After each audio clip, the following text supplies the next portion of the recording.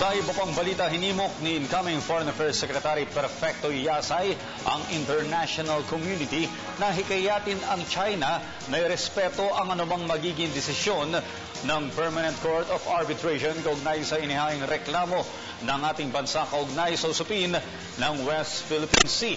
Ang detalye mula kay Joy Gumatay via phone patch.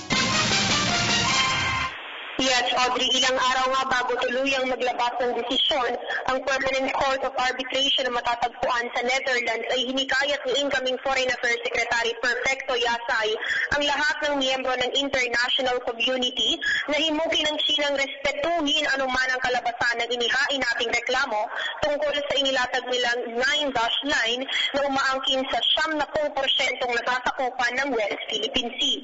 Ito ay dahil signatory countries ng United Nations Convention on the Laws of the Seas o UNCLOS ang Pilipinas at China.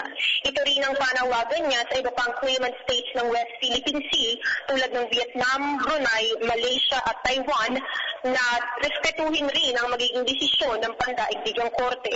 Dagdag pa ni Atty. Yasay, posible naman raw na maging win-win situation ang kalabasan ng kasong ito at handa itong tanggapin ng ating bansa.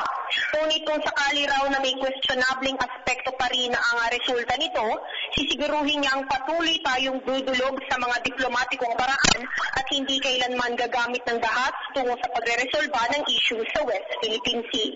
Para sa Telebisyon ng Bayan, ako si Joy Gumatay. Maraming salamat, Joy Gumatay.